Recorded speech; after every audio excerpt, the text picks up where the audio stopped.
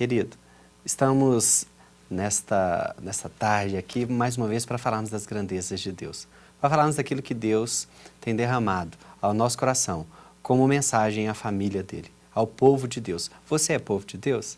Amém, glória a Deus. Nós aprendemos que o profeta Oséias tem uma palavra para o povo de Deus, né? Que o povo de Deus está sendo destruído por falta de conhecimento.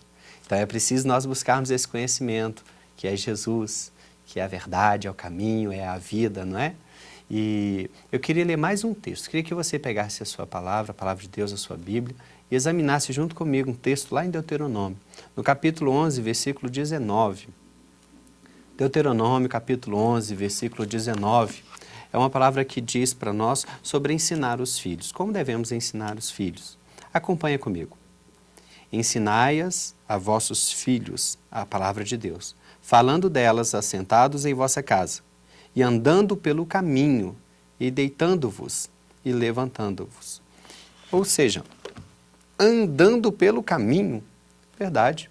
Papai, Provérbios 22:6 fala que nós devemos ensinar as crianças no caminho em que devem andar. E quando elas ficarem velhas, não se desviaram deste caminho.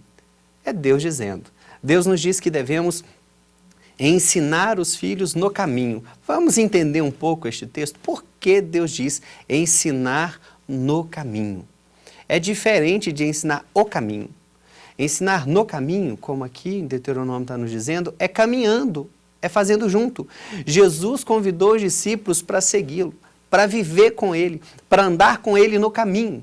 Vem, anda comigo, me acompanha. Jesus, ele pregava para multidões ficavam sentadas, como no Sermão da Montanha, e ouviam e se maravilhavam da palavra de Deus.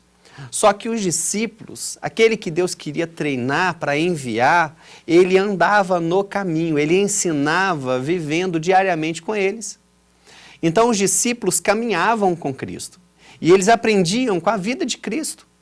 Jesus não colocava os discípulos sentados e ficava do outro lado da mesa falando, pregando, mostrando, mas Jesus vivia o Evangelho, Jesus vivia a vontade do Pai, Jesus curava, Jesus amava, Jesus libertava, Jesus discipulava, Jesus disciplinava, Jesus ele fazia a vontade de Deus, cumpria as Escrituras na prática diária e permitia os discípulos aprender com a vida dele.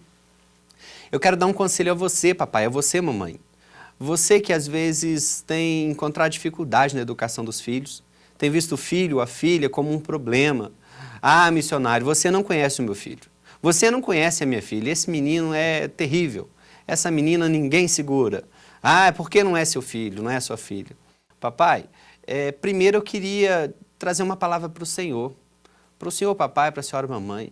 É preciso o senhor e a senhora serem homem e mulher, segundo o coração de Deus.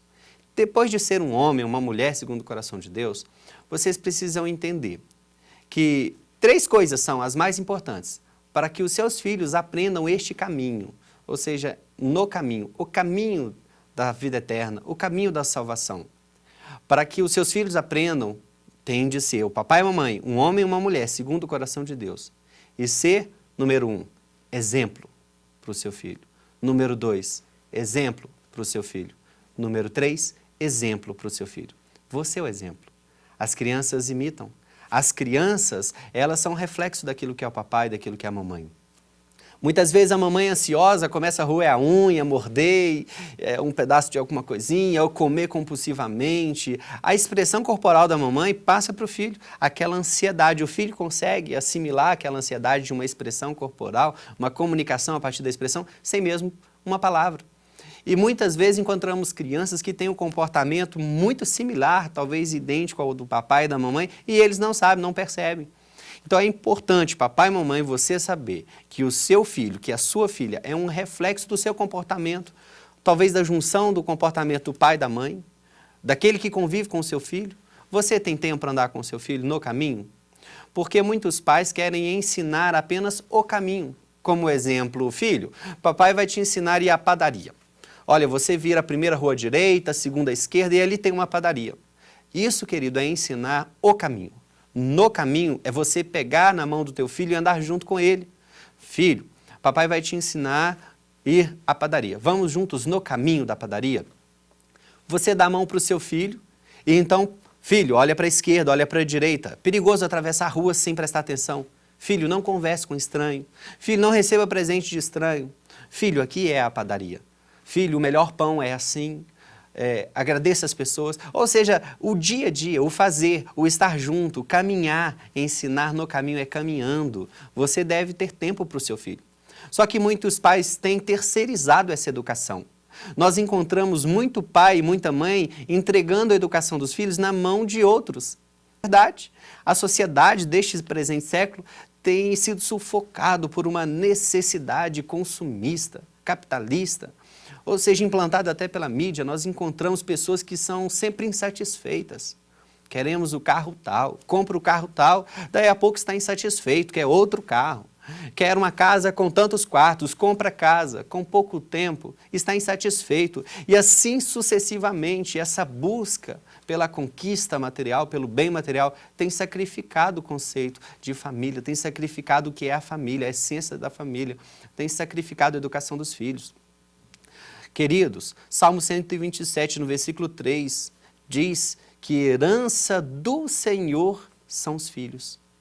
Os teus filhos estão aos seus cuidados, papai e mamãe. Saiu o poder das mãos do Criador. Foi gerado, transformado. Trouxe à existência uma vida.